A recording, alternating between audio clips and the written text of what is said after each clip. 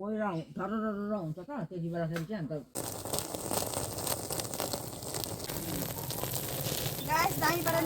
सुँगुरको मासु पोल्दै खाँदैछ है हामी पार्टी चल्दैछ है हाम्रो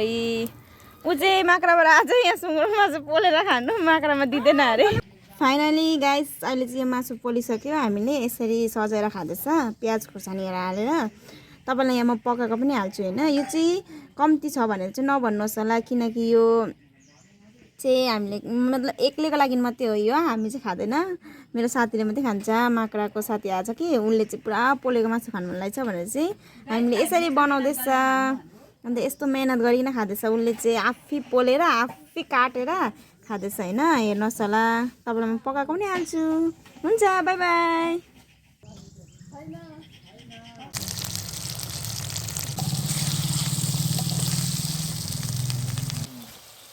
भयो